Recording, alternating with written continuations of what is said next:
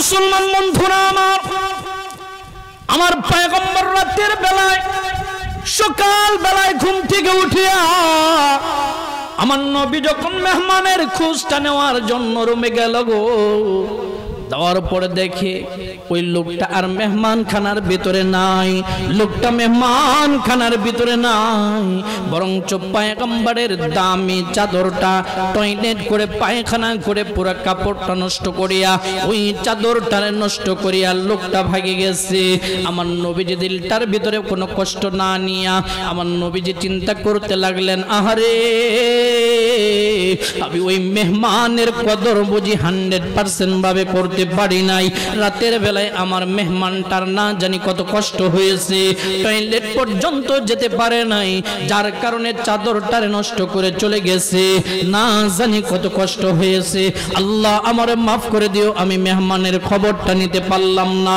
মুসলমান পরের দিন সকাল বেলা যখন হয়ে গেল, ইহুদিটা তো আসছে আমার নবীর চরিত্র আখলাক দেখার জন্য, আমার নবীজির মেহমানদারিটা দেখার জন্য। এই ইহুদিটা সকাল বেলা আবার নবীজির হুজরাখানার আশপাশের ভিতরে আইসা একটু একটু করে ফুসকি দিয়া দেখে মুহাম্মদ কি করে। এ মুসলমান, ইহুদি হঠাৎ করে দেখে গো, ইহুদি মনে করেছে মুহাম্মদ যদি একটাবার আমাকে দেখে 100% আমার সাথে দুর্ব্যবহার করবে, যে খারাপ আচরণ আমি করেছি 100% মুহাম্মদ আমারে শেষ করে দিবে। এই জন্য আড়াল থেকে লুকাইয়া লুকাইয়া আমার পয়গম্বরের আখলাক আচরণটা দেখার জন্য, আমার পয়গম্বরের ব্যবহারটা দেখার জন্য লুকাইয়া লুকাইয়া দেখে। কিছুক্ষণ পর ইহুদি তাকায়া দেখে, ওরে সর্বনাশ, যা ভেবেছিলাম তা নয়, বরং যে ইহুদির পায়খানাটা আমার নবীজি পয়গম্বর নিজের হাতের মাধ্যমে পরিষ্কার করতেছে।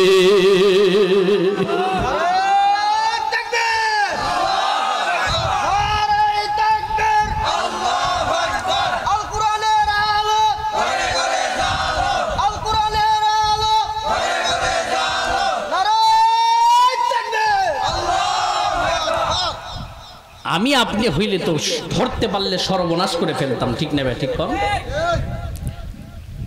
ইহুদি তাকায়া দেখে আমার পয়গম্বর নিজের হাতের মাধ্যমে চাদরটারে পরিষ্কার করতেছে।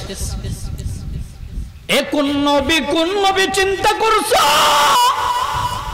কোন নবী যে পয়গম্বরের খাতিরে দোয়া করে আদম পয়গম্বর মাপ পায়, ওই পয়গম্বর একজন ইহুদির পায়খানার টয়লেট গুলো নবী নিজের হাতে পরিষ্কার করে।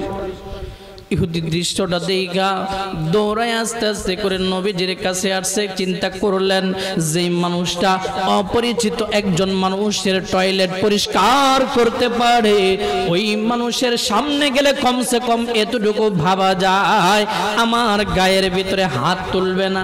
সাহস কইরা ইহুদিটা আমার পয়গম্বরের সামনে আসছে। আমার নবীজির চেহারাটার দিকে তাকাইয়া ওই ইহুদি কিছু বলার আগে আমার নবীজি ডাক কয়, ভাইজান, এতক্ষণ তো আমি আপনাকে তালাশ করতেছিলাম ভাইজান, আমি মনে হয় রাতের বেলায় আপনার খোঁজ খবর নিতে পারি নাই, আমি ঠিক মতো আপনার মেহমানদারি করতে পারি নাই, আমি মেহমানের কদরটা করতে পারি নাই, আপনার না জানি কতটা কষ্ট হয়েছে গো, যার কারণে এই জায়গার ভিতরে টয়লেট করে দিয়েছেন। ভাইজান, আল্লাহর ওয়াস্তে আমারে মাফ করে দিবেন। হাসরের ময়দানে দাঁড়াইয়া আমি পয়গম্বরের ব্যাপারে মেহমানের হক নষ্ট করার কারণে আল্লাহর আদালতে কোনো নালিশ দিয়েন না। আমি পয়গম্বর আপনার কাছে ক্ষমা চাই, আমারে মাফ করে দিয়েন। যেই মাত্র এই কথা বলছে, ইহুদির চোখ দা টপ টপ করে পানিগুলো পড়ে আর ডাক কয়, পয়গম্বর, আমি বহুবার শুনেছি আপনার আত্মীয়তা কখনো ভোলার মতো না, আপনার আখলাক চরিত্র কখনো ভোলার মতো না, যার কারণে আমার দিলের ভিতরে বারবার কৌতূহল জাগতো। যেই মানুষটার প্রশংসা এতবার শুনি, একটা নজর তাকে দেখা দরকার, একটা ভালো তারে পরীক্ষা করা দরকার। ইয়া রাসূলুল্লাহ,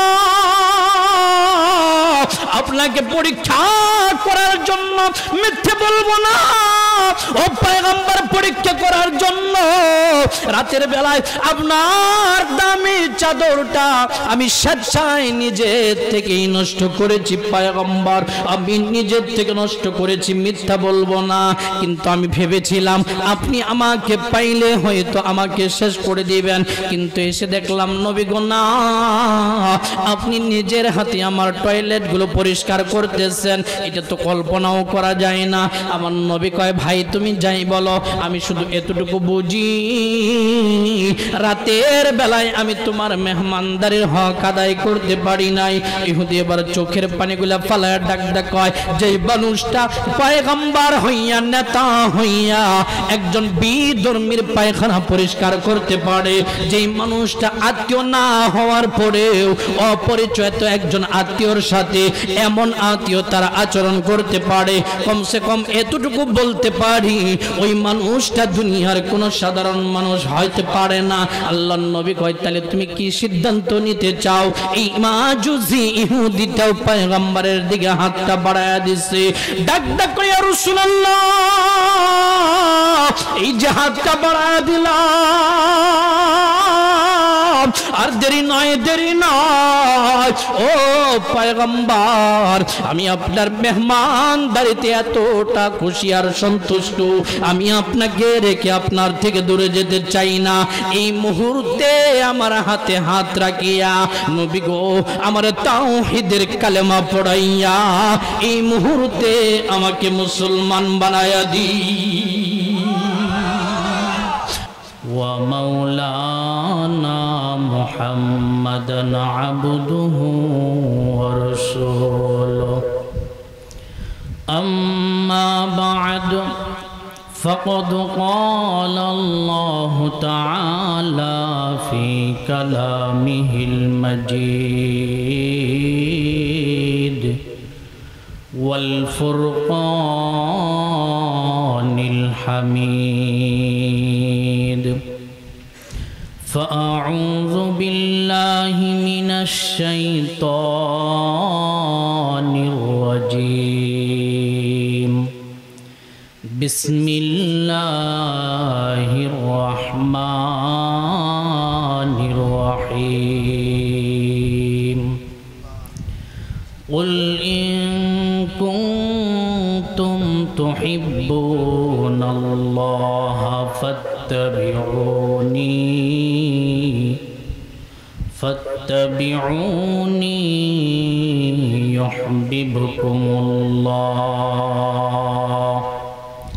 يحببكم الله ويغفر لكم ذنوبكم والله غفور رحيم وقال صاحب القرآن صلى الله عليه وسلم لا يؤمن أحدكم حتى أكون أحب إليه من والده وولده والناس أجمعين أو كما قال عليه الصلاة والسلام إن الله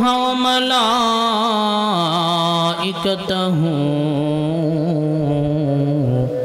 يصلون على النبي يا أيها الذين آمنوا صلوا عليه وسلموا تسليما اللهم صل على محمد وعلى آل محمد كما صليت على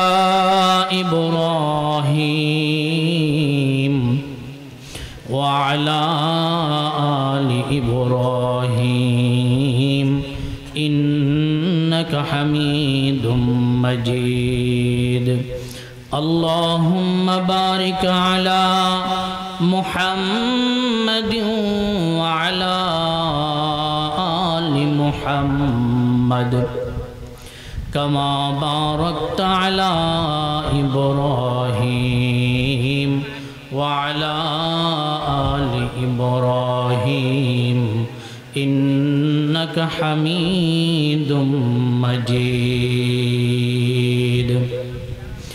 ओ फूल फूल नहीं है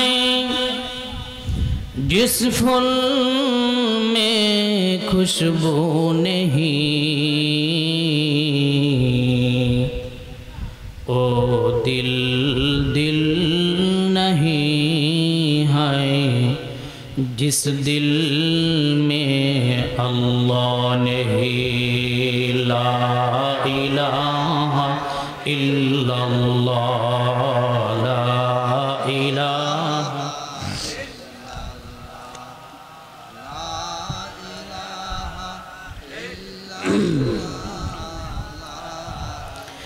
ला इलाहा इल्लल्लाह मुहम्मदुर रसूलुल्लाह सल्लल्लाहु अलैहि वसल्लम।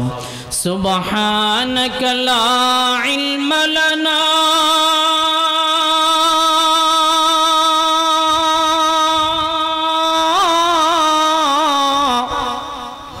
इल्ला मा अल्लमतना इन्नका अंतल अलीमुल हकीम।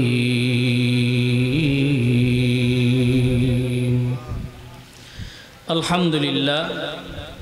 রানিয়ার চং বাইতুন নূর জামে মসজিদ ও মহল্লাবাসীর উদ্যোগে দ্বিতীয় বার্ষিক 3 দিন ব্যাপী ঐতিহাসিক তাফসীরুল কুরআন মাহফিলের আজকে দ্বিতীয় রজনীর সম্মানিত সুযোগ্য সভাপতি সাহেব, জামানার শ্রেষ্ঠ সন্তান হযরত উলামা ইকরাম, সামনে উপবিষ্ট পিতৃতুল্য মুরব্বিয়ান ইকরাম, সমবয়স্ক যুবক ভাই ও বন্ধুগণ, স্নেহের ছোট ভাইয়েরা, পর্দার আড়ালে নয়নের মণি, কলিজা টুকরা, সরলা সবলা, আবেদা সালিহা, দিনদারিনী মা ও বোনেরা, সর্বপ্রথম সেই মহান সত্তার দরবারে লাখ কোটি শুকর সুজুদ জ্ঞাপন করছি যে রব্বে কাবা এই ফিতনা ফাসাদের জামানায় দুনিয়ার ফিতনা ফাসাদ থেকে হেফাজত করে এই মুহূর্তে গুনাহের কাছ থেকে ফারেক করে, মায়া করে, মোহাব্বত করে, ভালোবেসে সরকারে দু আলম নবীজির ভাষা অনুযায়ী দুনিয়ার এই জান্নাতের বাগানের ভিতরে আসার বসার তৌফিক দান করেছেন। এজন্য আমরা অন্তর থেকে বলি খুশি না বেজার?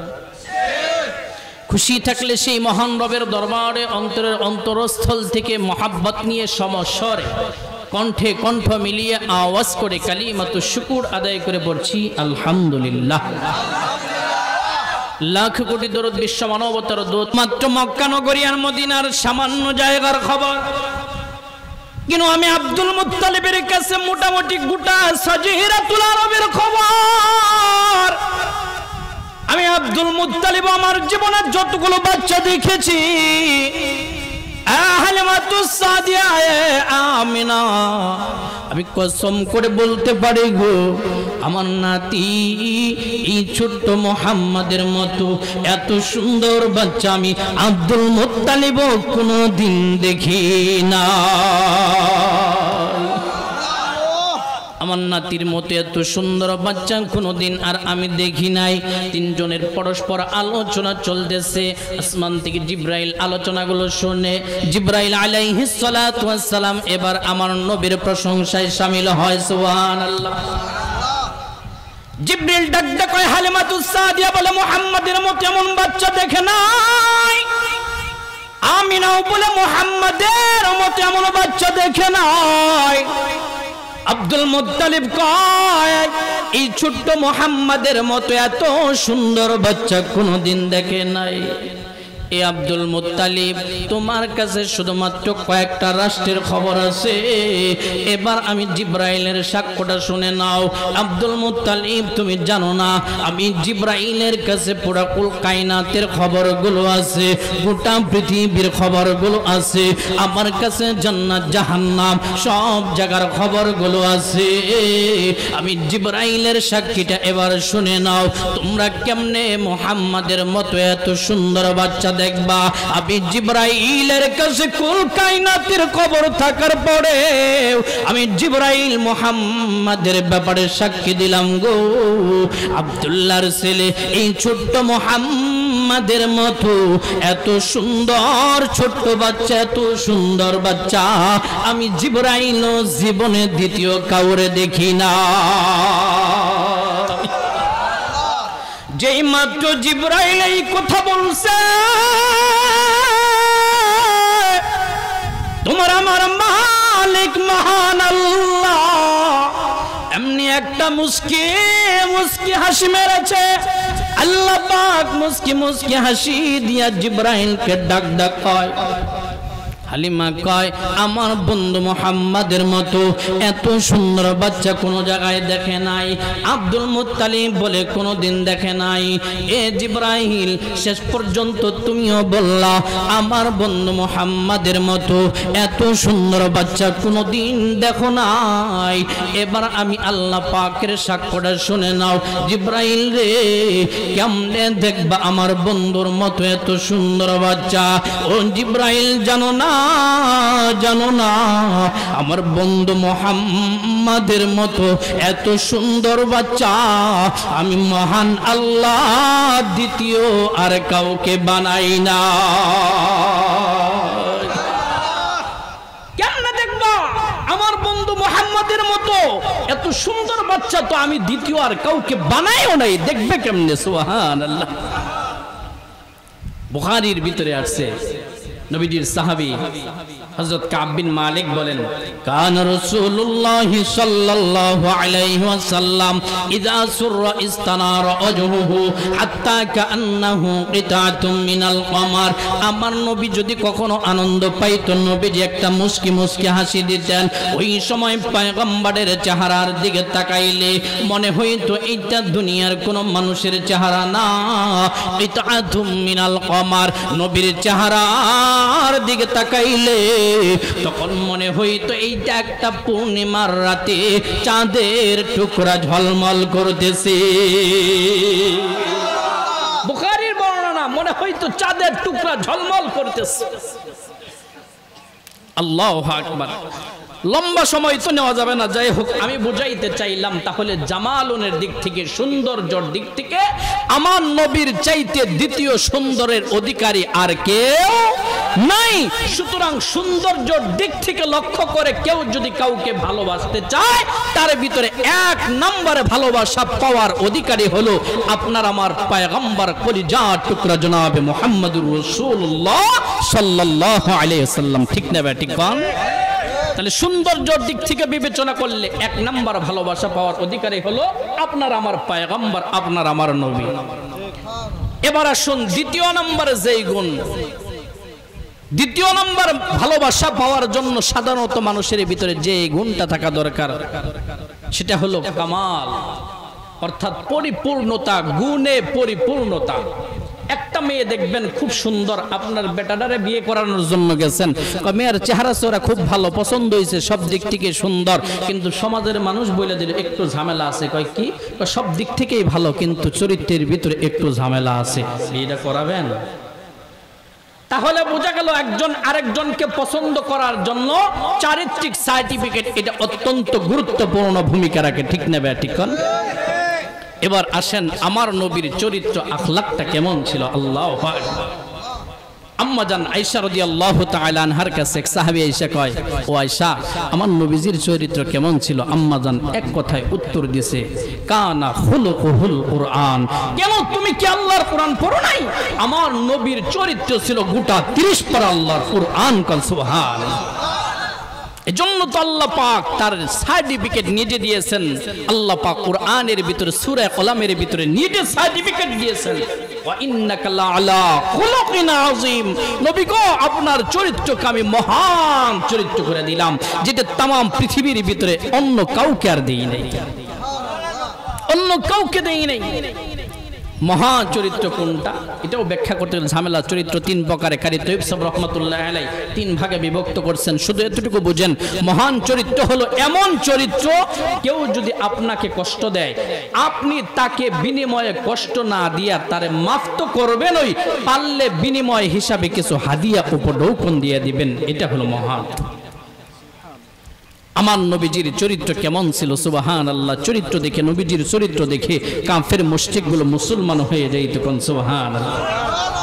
মক্কা বিজয়ের পূর্বে, মক্কা বিজয়ের পূর্বে আমার রাসূল সাল্লাল্লাহু আলাইহি ওয়াসাল্লাম একবার নিয়ত করলেন একটু খানায়ে কাবাটা তাওয়াফ করবেন। তখন কাবার চাবি থাকতো উসমান বিন তালহার কাছে। তিনি খানার কাবার চাবির দায়িত্ব ছিল।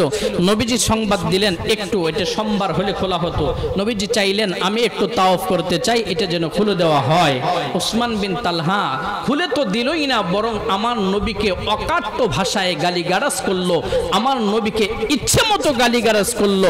আমার নবীজি দিলটার ভিতরে বড় কষ্ট নিয়ে, মনটারে খারাপ করে বললেন, হে উসমান বিন তালহা, ওই দিন কিন্তু বেশি দূরে নয়, যেই দিন আমি মুহাম্মাদের কাছে এই কাবার চাবি চলে আসবে, তখন আমার যাকে মন চাবে আমি তার কাছে কাবার চাবি দিব, ওইটা খুব বেশি দূরে নয়।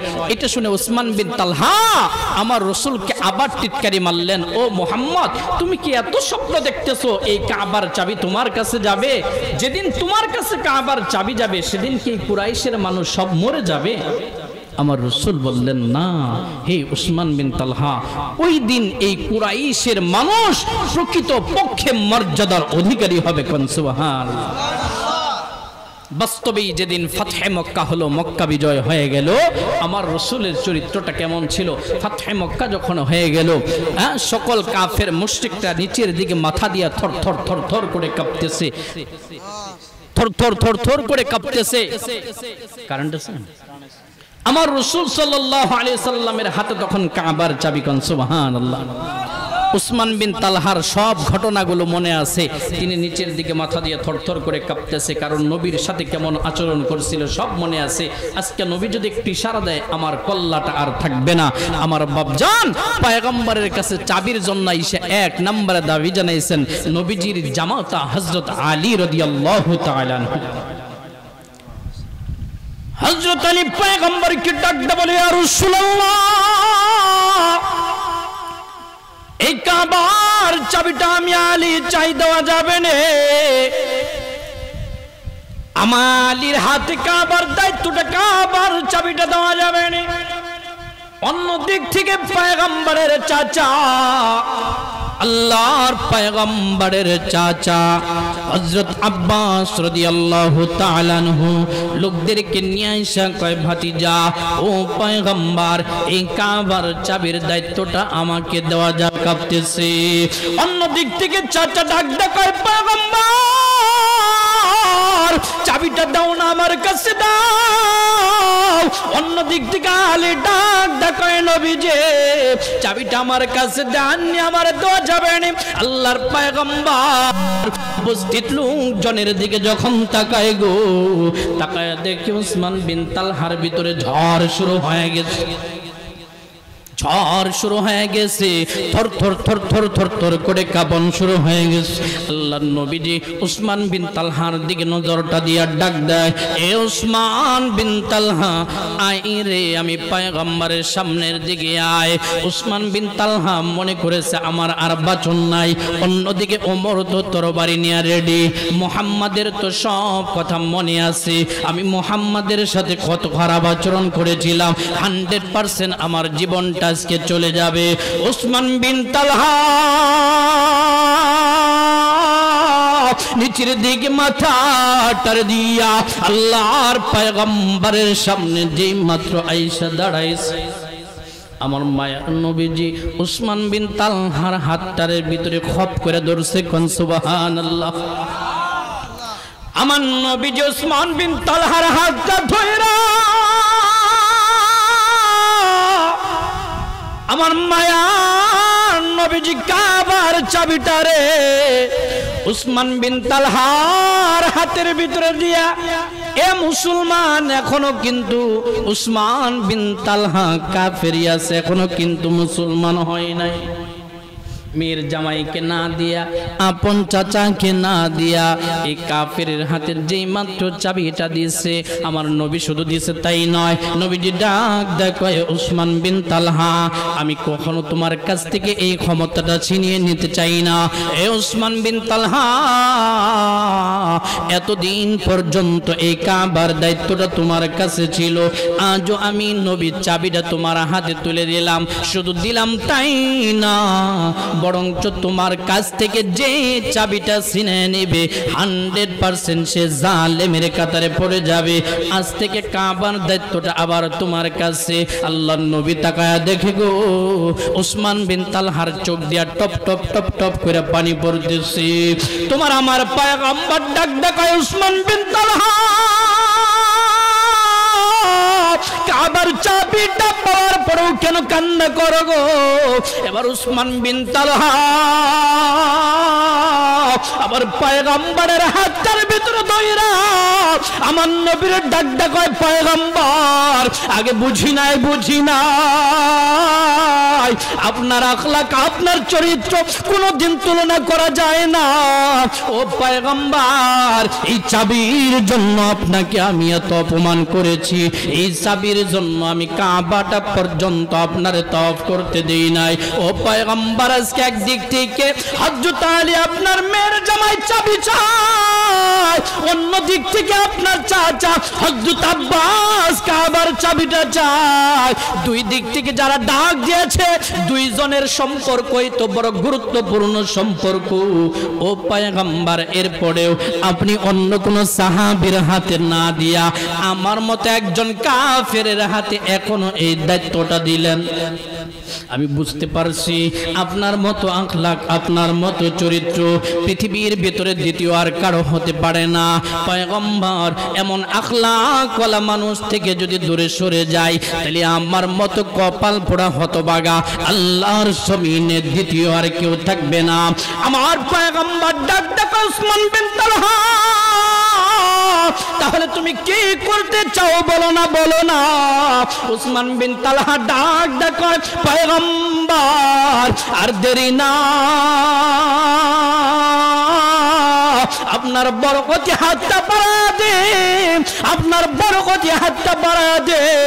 আল্লাহর পয়গম্বর উসমান বিন তালহার দিকে যেই মাত্র নবীজির হাতটা বাড়ায়া দিয়েছে, উসমান বিন তালহা আমার পয়গম্বরের হাতের ভিতরে হাত রাখিয়া ওই সময় তাওহীদের কালেমা পড়িয়া মুসলমান হয়ে গেছে।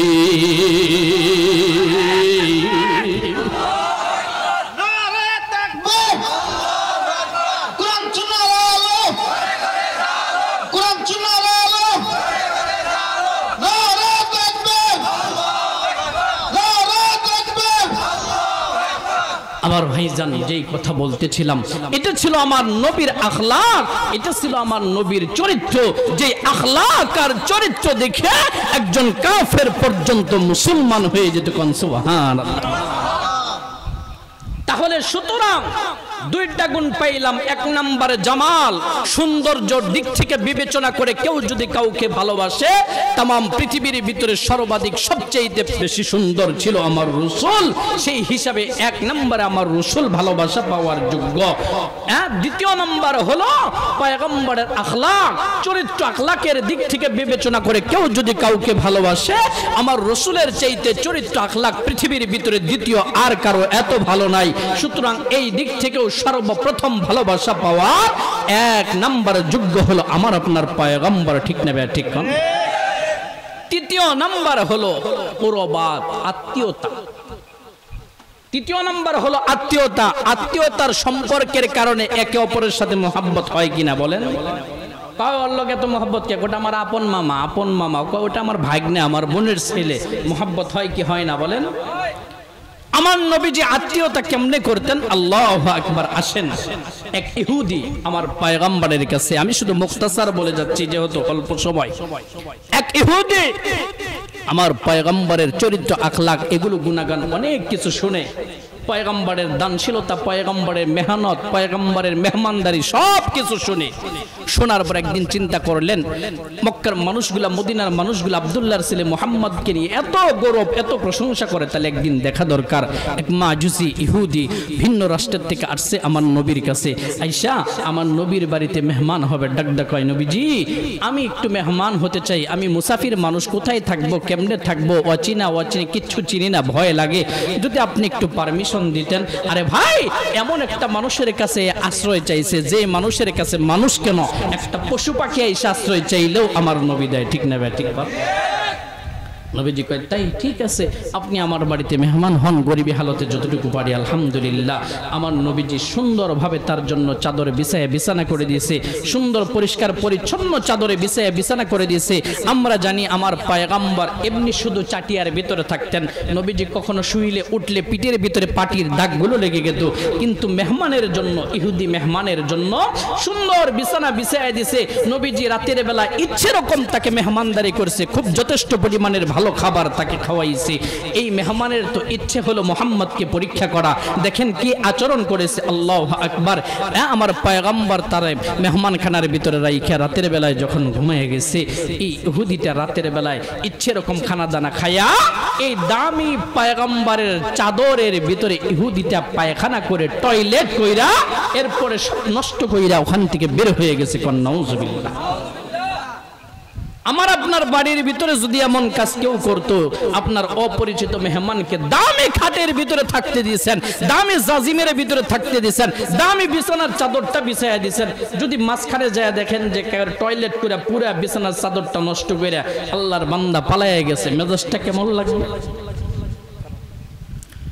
মুসলমান বন্ধুরা আমার পয়গম্বর রাতের বেলায়, সকাল বেলায় ঘুম থেকে উঠিয়া আমার নবী যখন মেহমানের খোঁজটা নেওয়ার জন্য রুমে গেল গো, যাওয়ার পরে দেখে ওই লোকটা আর মেহমান খানার ভিতরে নাই, লোকটা মেহমান খানার ভিতরে নাই, বরঞ্চ পয়গম্বরের দামি চাদরটা টয়লেট করে পায়খানা করে পুরো কাপড়টা নষ্ট করিয়া ওই চাদরটা নষ্ট করিয়া লোকটা ভাগে গেছে। আমার নবীজি দিলটার ভিতরে কোনো কষ্ট না নিয়া আমার নবীজি চিন্তা করতে লাগলেন, আহারে আমি ওই মেহমানের কদর বুঝি 100% ভাবে করতে পারি নাই, রাতের বেলায় আমার মেহমানটার না জানি কত কষ্ট হয়েছে, টয়লেট পর্যন্ত যেতে পারে নাই, যার কারণে চাদরটার নষ্ট করে চলে গেছে, না জানি কত কষ্ট হয়েছে, আল্লাহ আমারে মাফ করে দিও, আমি মেহমানের খবরটা নিতে পারলাম না। মুসলমান পরের দিন সকাল বেলা যখন হয়ে গেল, ইহুদিটা তো আসছে আমার নবীর চরিত্র আখলাক দেখার জন্য, আমার নবীজির মেহমানদারিটা দেখার জন্য। এই ইহুদিটা সকাল বেলা আবার নবীজির হুজরাখানার আশপাশের ভিতরে আইসা একটু একটু করে ফুসকি দিয়া দেখে মোহাম্মদ কি করে।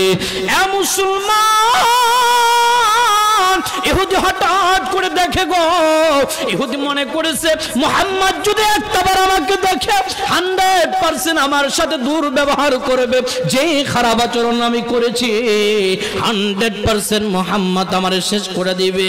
এই জন্য আড়াল থেকে লুকাইয়া লুকাইয়া আমার পয়গম্বরের আখলাক আচরণটা দেখার জন্য, আমার পয়গম্বরের ব্যবহারটা দেখার জন্য লুকাইয়া লুকাইয়া দেখে। কিছুক্ষণ পর ইহুদি তাকায়া দেখে, ওরে সর্বনাশ, যা ভেবেছিলাম তা নয়, বরং ইহুদির পায়খানাটা আমার নবীজি পয়গম্বর নিজের হাতের মাধ্যমে পরিষ্কার করতেছে।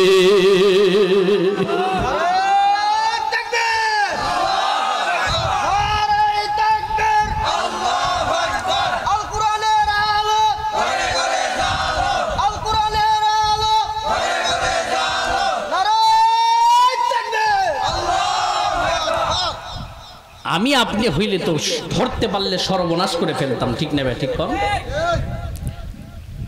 ইহুদি তাকায়া দেখে আমার পয়গম্বর নিজের হাতের মাধ্যমে চাদরটারে পরিষ্কার করতেছে। কোন নবী চিন্তা করছো? কোন নবী যে পয়গম্বরের খাতির দোয়া করে আদম পয়গম্বর মাপ পায়, ওই পয়গম্বর একজন ইহুদির পায়খানার টয়লেট গুলো নবী নিজের হাতে পরিষ্কার করে।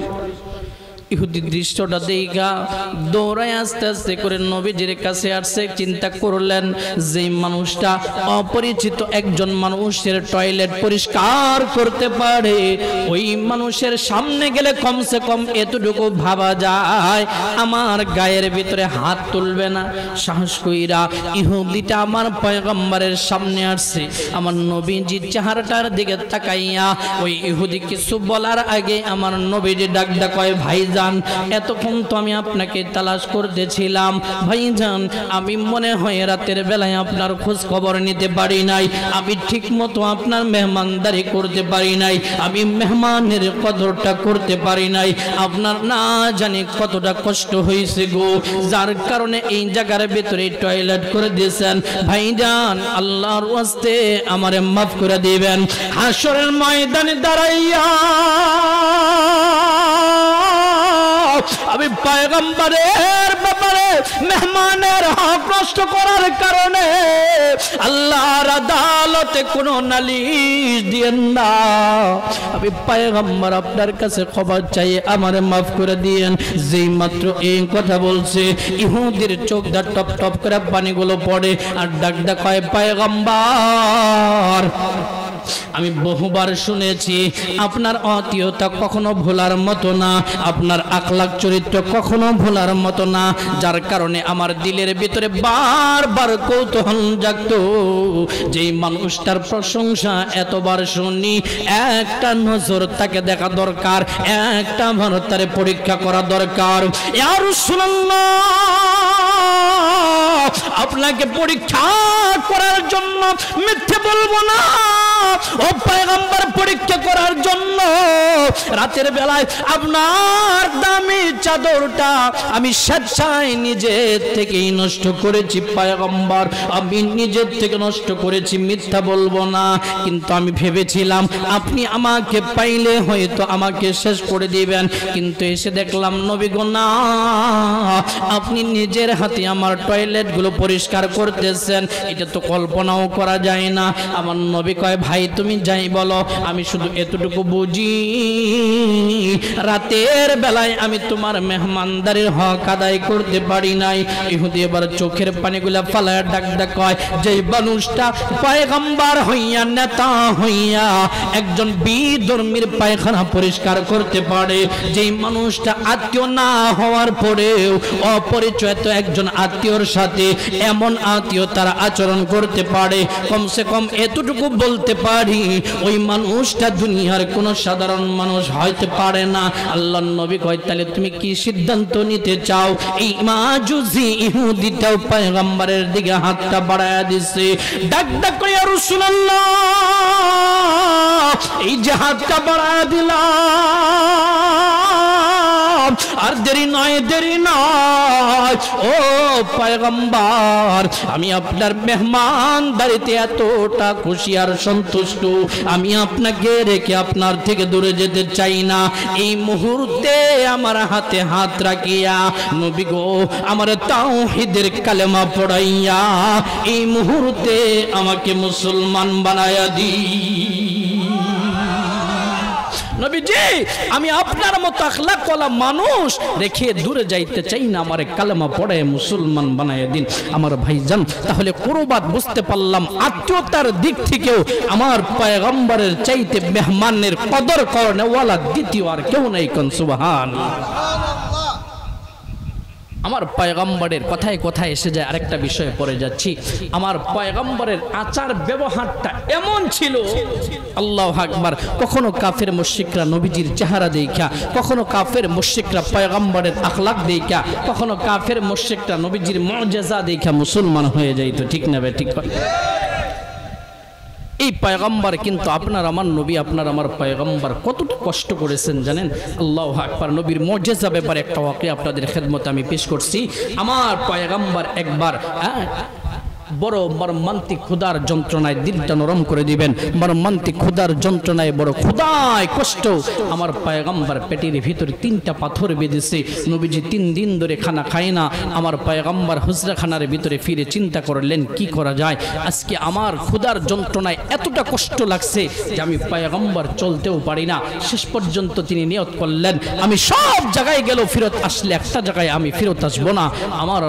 আমার মা ফাতিমা, আমি যদি আমার মার কাছে যাই, কারণ আমার নবী বলছেন ও ফাতিমা তু মিন্নি, আমার ফাতিমা কিন্তু আমার শরীরের একটা অংশ আমার থেকে। হযরত আলীকে বলতেন আলী আমার ফাতিমাকে কষ্ট দিবা না, কারণ আমার ফাতিমার চেহারার দিকে তাকাইলে আমার মা আমিনার কথা আমার মনে পড়ে যায়। কোন সুবহানাল্লাহ। আমি একটু ওই জায়গায় যাই তাহলে ব্যবস্থা হবে। আমার ভাইজান, আমার নবীজি পেটের ভিতরে 3টা পাথর বাইদা বড় কষ্ট করে যায় ফাতেমার দরজার ভিতরে দাঁড়াইছে। যাইয়া ফাতেমাকে ডাক দিছে, ও ফাতেমা তাকায়া দেখো তোমার বাবা আজকে হাজির, একটু দরজাটা খুলে দাও। তোমার বাবা আজকে 3 দিন ধরে কোনো খানা খায় না। এ মুসলমান, দিলটা নরম করে কথাগুলো বুঝবেন। আমার পয়গম্বর ফাতিমার ডাক দেয়, ফাতিমা দরজাটা খুলে দেখো মা, দরজাটা খুলে দেখো না। তোমার বাবা আজকে 3 দিন হয়ে যায়, তোমার বাবার পেটের ভেতরে কোনো খাবার নাই, পেটের ভেতরে 3টা পাথর বাইদা তোমার বাবা তোমার দুয়ারের ভেতরে হাজির। মারে গড়ের ভিতরে কোনো খাবার আসেনি, একটু ব্যবস্থা করে দাও, তোমার বাবার খাবারের জন্য একটু ব্যবস্থা করে দাও। আমার ভাইজান, কোন মেয়ে যদি বাবার এই হালত হনে, মেয়ের জামাই বাড়ি যাইয়া বাবা যদি বলে মা 3 দিন হয়ে যায় পেটের ভেতরে কোনো খাবার নাই, ভিতর থেকে কিন্তু মেয়ে সহ্য করতে পারে না।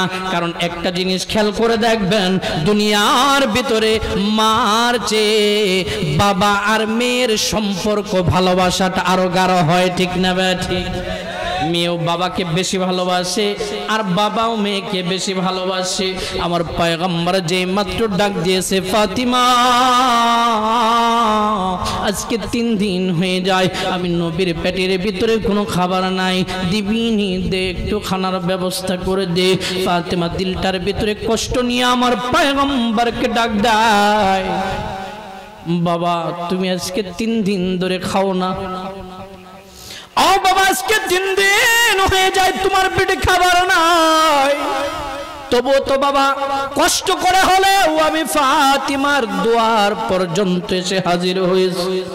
কিন্তু তুমি জানোনি বাবা, আমি ফাতিমার ঘরের ভিতরে আজকে 3 দিন নয়, আমি ফাতিমার ঘরের ভিতরে আজকে 7 দিন ধরে চুলায় আগুন জ্বলে না। নবী পরিবার কেমন হাল ছিল চিন্তা করবেন। ও বাবা তুমি 3 দিন হয়ে যায় খাবার খাও না, আর আমি ফাতিমার চুলায় আজকে 7 দিন আগুন জ্বলে না।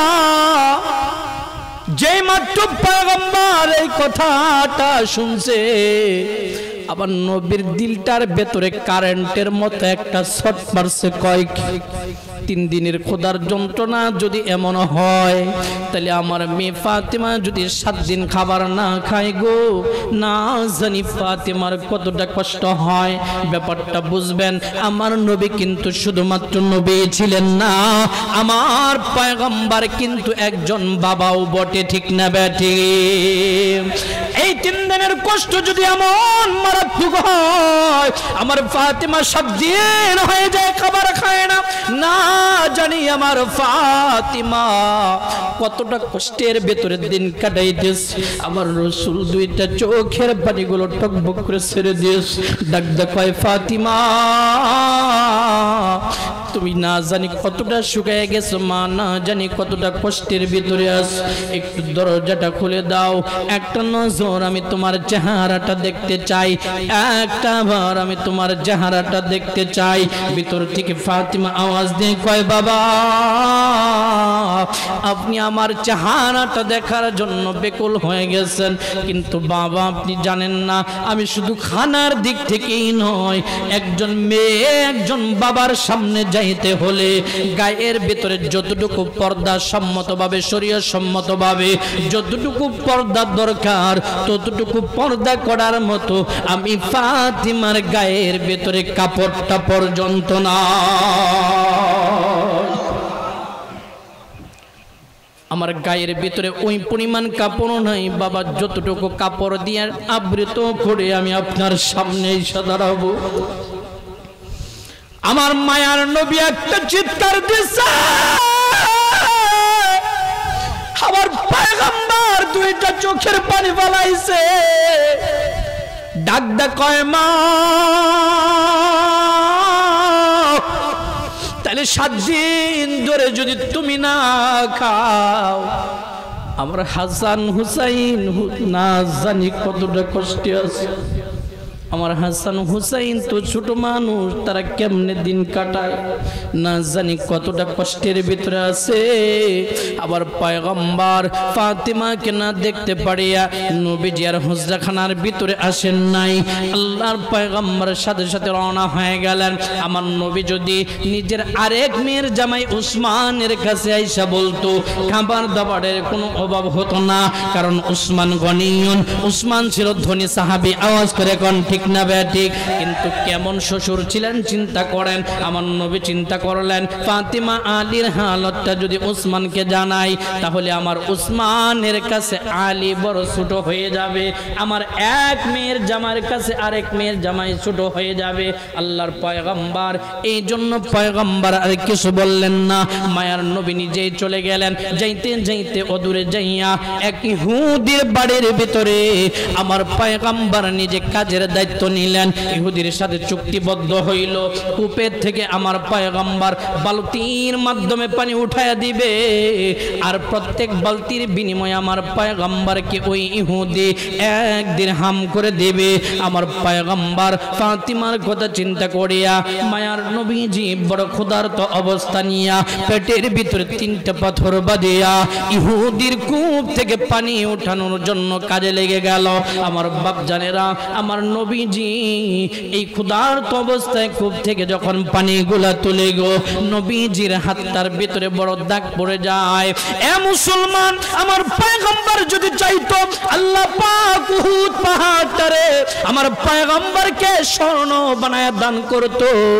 আমার পয়গম্বর এত ক্ষুধার্ত অবস্থা নিয়ে ইহুদির বাড়ির কূপের পানিগুলো তোলে, হঠাৎ করে আমার নবীজির হাত থেকে রশিটা ফসকাইয়া কূপের ভেতরে ওই বালতিটা চলে গেছে, আর পানি উঠানো যায় না, একেবারে নিচে পড়ে গেছে।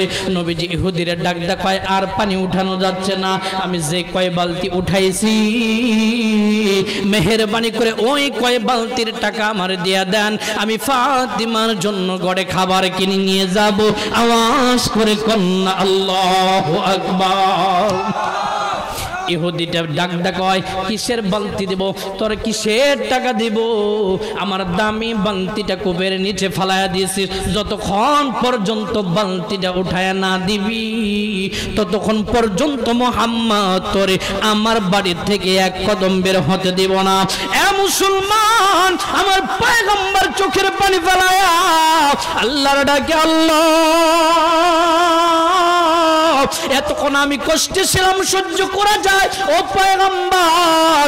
অন্যদিকে আমার ফাতিমা 7 দিন হয়ে যায় কোনো খাবার খায় না, আমার হাসান হুসাইন না জানি কত কষ্ট আছে, ওদের জন্য একটু খাবারের ব্যবস্থা করে দিয়েছিলাম। আল্লাহ, হাত থেকে ক্ষুধার কষ্টের কারণে বালতিটা চলে গেল, এত কূপের নিচ থেকে আমি পয়গম্বর কেমনে বালতি তুলবো?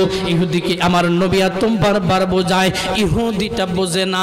এক পর্যায়ে ইহুদিটা রাগান্বিত হইয়া, ও ব্রাহ্মণবাড়িয়ার বাপজান নবীর আশিকের দল, এই বেঈমান ইহুদিটা রাগান্বিত হইয়া আবার নবীর চাঁদের মতো চেহারার ভিতরে একটা থাপ্পড় বসায়া দিছে। আবার পয়গম্বরের গালের ভিতরে থাপ্পড় বসায়া দিয়েছে। আবার পয়গম্বরের চোখ দিয়া টপ টপ করে পানিগুলো পড়ে গো। আবার নবী কূপটার কাছাকাছি গিয়েছে, আবার নবীজি কূপের কাছে যাইয়া দেখে কতটুকু নিচে আছে, খেয়াল করে দেখে একেবারে কূপের তলের ভিতরে বালতিটা চলে গেছে, কোনোভাবে আনা সম্ভব না। নবীজি দুইটা চোখের পানি কূপের দিকে দিয়া দুইটা চোখের পানিগুলো সেরে যখন কান্দে, আমার ব্রাহ্মণবাড়িয়ার বাবাজি পর্দার আড়ালের মারা আমার নবীর এক ফোঁটা চোখের পানি হঠাৎ করিয়া ওই কূপের ভিতরে যেই মাত্র পড়ে গেছে, আমার আল্লাহ পাকের কুদরতি দুনিয়ায় জোশ মাইরা গেছে। কোন সুবহানাল্লাহ। আমার আল্লাহ ডাক ডাকায় জিবরাইল, আমার বন্ধু রাস্তা দিয়া চললে আমি উপরে মেঘের ব্যবস্থা করিয়া আমার বন্ধুরে ছায়া দিতাম। আমার বন্ধু যখন আমিনার পেটের ভেতরে ছিল, আমার বন্ধুর মুজিজায় আমিনা যদি কূপের কাছে যাইতো, আমিনার পানি উঠাইতে যেন কষ্ট না হয়, এই জন্য কূপের পানিগুলা আমি আল্লাহ উপরে উঠায় দিতাম। আজকে দেখ রে, আমার বন্ধুরে এই বালতি উঠানোর জন্য বেঈমান ইহুদি আমার পয়গম্বরের গালের ভেতরে একটা থাপ্পড় পর্যন্ত মারছে। আমার নবী চোখের পানি ফালায়, জিবরাইল আমার বন্ধুর চোখের পানিগুলা এই কূপের ভিতরে পড়েছে, আমি আল্লাহ সহ্য করতে পারি না। জিবরাইল তাড়াতাড়ি যা, তোর হাতটার দিয়া আমার বন্ধুর জন্য এই কলসির ভিতরে পানিটারে বোঝাই করিয়া, বালতির ভিতরে পানিটারে বোঝাই করিয়া পুরা কূপের পানিটা আস্তে আস্তে করে একেবারে কূপ পর্যন্ত ভরপুর করে দে। আমার নবীজি আবার দ্বিতীয়বার যে মাত্র কূপের কাছে গিয়েছে, নবীজি তাকায় দেখে গো পুরো কূপের পানিগুলো আস্তে আস্তে করিয়া আল্লাহর পয়গম্বরের কাছে আসতেছে। এক পর্যায়ে বালতিটা পরিপূর্ণভাবে ভর্তি হইয়া রাহমাতাল লিল আলামিন তোমার আমার মায়ার নবীর হাতের ভিতরে চলে আসছে।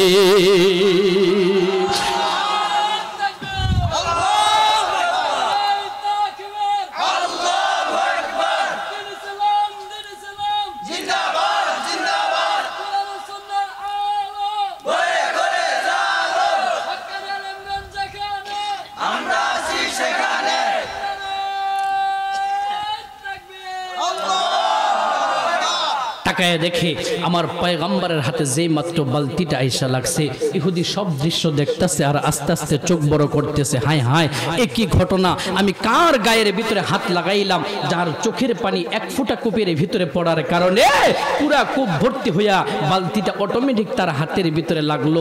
একটু পরিচয় জানা দরকার ভালোভাবে। এই তুমি কোন মুহাম্মদ? আমি আব্দুল্লাহর বেটা মুহাম্মদ, আল্লাহ পাক আমাকে নবুয়ত দান করছে, আমি নবীজি। ইহুদি ডাক ডাকায়, সর্বনাশ, আমি বড় মারাত্মক ভুল করে ফেলাইছি। সাথে সাথে আমার পয়গম্বরের পায়ের ভিতরে ধুইরা ক্ষমা চেয়ে ডাক ডাকায়, নবীজি আমি বুঝতে পারি নাই, বড় ভুল করে ফেলছি, আমার কালেমা পড়ে মুসলমান বানায়া দেন। কোন সুবহানাল্লাহ। হলো আমার পয়গম্বর। সম্মানিত হাজিরিন, সর্বদিক থেকে আমার পয়গম্বর ভালোবাসা পাওয়ার যোগ্য। কথা বলেন ঠিক না বে ঠিক? এজন্য দুনিয়ার ভিতরে আপনি আমি যতক্ষণ থাকবো, যতদিন থাকবো, আল্লাহর পয়গম্বরের ভালোবাসা মুহাব্বত দিলের ভিতরে অর্জন কইরা ইসলামের পথে নবীর তরিকা অনুযায়ী জিন্দেগি চালাবো। ঠিক না বে ঠিক? কোন সর্ব অবস্থাতে রসুলের মহাব্বত দিলের ভিতরে নিয়া ইসলামের পথে চলার চেষ্টা করব। কিন্তু বড় দুঃখজনক ব্যাপার, বর্তমানে দেখবেন ও ভাই, যেই নবীর চরিত্র দেখা, যেই নবীর আখলাক দেখা কাফের মুসলমান হইতো, যেই নবীর চরিত্র দেখা ইহুদি মুসলমান হইতো, যেই নবীর আখলাক দেখা বেঈমান।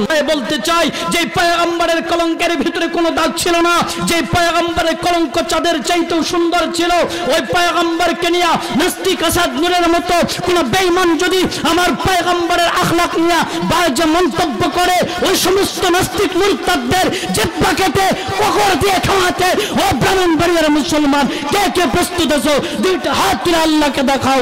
ওই সমস্ত নাস্তিক মুরতাদদের জিহ্বা কেটে কোকর দিয়ে খাওয়াবো, প্রচুর রক্ত দেব, শহীদ হব, কোরআনের পথে চলবো, ইসলামের পথে চলবো, দ্বীনের পথে চলবো, রাসূলের আশিক হয়ে কবরে যাব। ঠিক না বে ঠিক?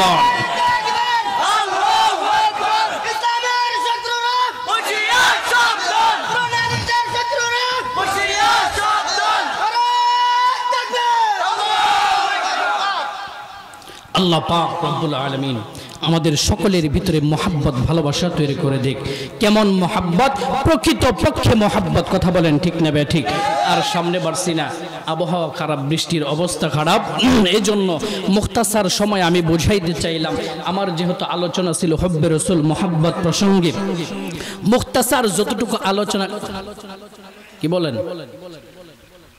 বৃষ্টি আসতেছে ইনশাল্লাহ, আর 10 মিনিট চালাইতে গেলে আবার নেমে পড়লে অবস্থা খারাপ হতে পারে। হ্যাঁ, আল্লাহ পাক যদি আবার কোনো দিন আপনাদের এলাকায় আনে ইনশাল্লাহ, এই ব্রাহ্মণবাড়িয়াতে আল্লাহ পাক যদি, গত বছর অনেক আসা হয়েছে, প্রায় 14-15 বার আপনাদের ব্রাহ্মণবাড়িয়া আসা হয়েছে, আবার যদি আপনাদের সাথে আল্লাহ পাক কোনো দিন সাক্ষাৎ করা ইনশাল্লাহ, ওই দিন মন ভরে আলোচনা শোনাবো। আল্লাহ পাক তৌফিক দান করুক। আমি যেটা বুঝানোর ছিল যে রসুলের মহাব্বত অর্জন করা কেন আমাদের দরকার, এটা তো বুঝাইতে পারছি, কি বলেন, বুঝছেন তো ইনশাল্লাহ? সর্বদিক থেকে আমার নবী 1 নম্বরে ভালোবাসা পাওয়ার যোগ্য, ঠিক না বে ঠিক? যদি প্রকৃত পক্ষে বুঝে ভালোবাসতে পারেন, আল্লাহ পাক সর্বপ্রথম 2টা ঘোষণা দিয়েছেন। 1 নাম্বার হলো আল্লাহ পাক নিজে আপনাকে ভালোবাসবেন, 2 নাম্বার হলো ইয়াগফির লাকুম যুনুবাকুম, আল্লাহ পাক আপনার জিন্দেগীর গুনাহ মাফ করে দিবেন। আল্লাহ পাক নবীর মহব্বত নিয়ে, নবীর ভালোবাসা নিয়ে আমাদের সবাইকে কবরে যাওয়ার তৌফিক দান করুক, বলুন আমিন। ওমা আলাইনা ইল্লাল বালাগ। আল্লাহ পাক রব্বুল আলামিন আজকের মাহফিল কবুল করে নিক। গতকালকেও আলোচনা হয়েছে, আগামীকালকে ইনশাল্লাহ 3য় দিন, লাস্টের দিন, হযরত মাওলানা ইসলাম উদ্দিন ফারুকী সাহেব বিবাড়িয়ার সুনামধন্য একজন আলোচক। গত বছরের আগের বছর হযরতের সাথে আমার সুনামগঞ্জে মাহফিল হয়েছে। আল্লাহ পাক যেন দিন কাল অবস্থা ভালো রাখে, আপনাদের প্রাণ ভরে আলোচনা শোনাইতে পারে, দোয়া করি। আল্লাহ পাক আমাদের সকলকে তৌফিক দান করুক, বলো না আমিন। এক ভাই দোয়া চেয়ে কিছু হাদিয়া আল্লাহ পাক কবুল করুক, বলো না আমিন। জি, দরুদ শরীফ পড়ি। আল্লাহুম্মা সাল্লি আলা মুহাম্মাদ وعلى آل محمد كما صليت على إبراهيم وعلى آل إبراهيم إنك حميد। تفسير القرآن মাহফিলের দ্বিতীয় দিনের শেষ অধিবেশন হয়ে গেল। মাওলা এ আল্লাহ তাআলা, সকলে বিদায় হওয়ার পালা। কি দিয়ে বিদায় করব, দেওয়ার মতো আমার কাছে কিছু নাই, কিন্তু মালিক তুমি বড় গণী, তোমার খাজানাতে দেওয়ার মতো কোনো কিছুর অভাব নাই। আল্লাহ আমরা যা চাই তুমি দাও। 1 নাম্বার হলো আমাদের সকলের জিন্দেগীর গুনাহগুলো তুমি মাফ করে দাও। রব্বুল আলামিন আল্লাহ, যে কয়জন মানুষ হাত তুলেছে প্রত্যেকটা মানুষকে নবীর আশিক বানিয়ে দাও। প্রত্যেকটা মানুষের দিলের ভিতরে নবীর মহব্বত, নবীর ভালোবাসা ঢুকিয়ে দাও। ইয়া আল্লাহ, আমরা যারা হাত তুলেছি জানি না এই জায়গার ভিতরে কার যেন জনম দুঃখিনী মা নাই, কার যেন জনম দুঃখী বাবা নাই। ইয়া আল্লাহ, ওই সকল মা বাবার কবরগুলো জান্নাতের বাগান বানায়া দাও। আল্লাহ, এলাকার ভিতরে যত মানুষ কবরস্থ হয়েছে মালিক আল্লাহ, সকলের কবরগুলো জান্নাতের বাগান বানায় দাও। আল্লাহ, আমাদের সকলের হায়াত তৈয়বা নসিব করে দাও। আল্লাহ, আগামী কালকের মাহফিলটা বৃষ্টি মুক্তভাবে সুন্দরভাবে হওয়ার তৌফিক দাও। এ আল্লাহ, বৃষ্টির ভিতরেও বসে বসে যারা ঈমানি আলোচনাগুলো শুনলো, নিঃসন্দেহে তারা তোমাকে এবং তোমার রাসূলকে ভালোবাসে বলে ঈমানের পরীক্ষাটা দিল। মাওলা এ আল্লাহ, এই সকল লোকদেরকে জান্নাতি মেহমান হিসাবে কবুল করে নাও। এ আল্লাহ, আমার পূর্বে যিনারা বন্ধুবর আলোচনা করেছেন, এ আল্লাহ রবিউল আনসারী ভাই সাহেব, এ আল্লাহ এছাড়াও আরেক ভাই আমার বড় মহাব্বতের ভাই ইব্রাহিম খলিল আশরাফি সাহেব যা আলোচনা করেছেন, আল্লাহ ভাইদেরকে সারা দেশের ভিতরে তুমি কবুল আর মঞ্জুর করে নাও। কোরআনের ময়দানে তুমি কবুল আর মঞ্জুর করে নাও। রব্বির হামহুমা কামা রব্বায়ানি সগীরা। সুবহান রাব্বিকা রব্বিল ইজ্জাতি আম্মা ইয়াসিফুন ওয়া সালামুন আলাল মুরসালিন ওয়ালহামদুলিল্লাহি রাব্বিল আলামিন।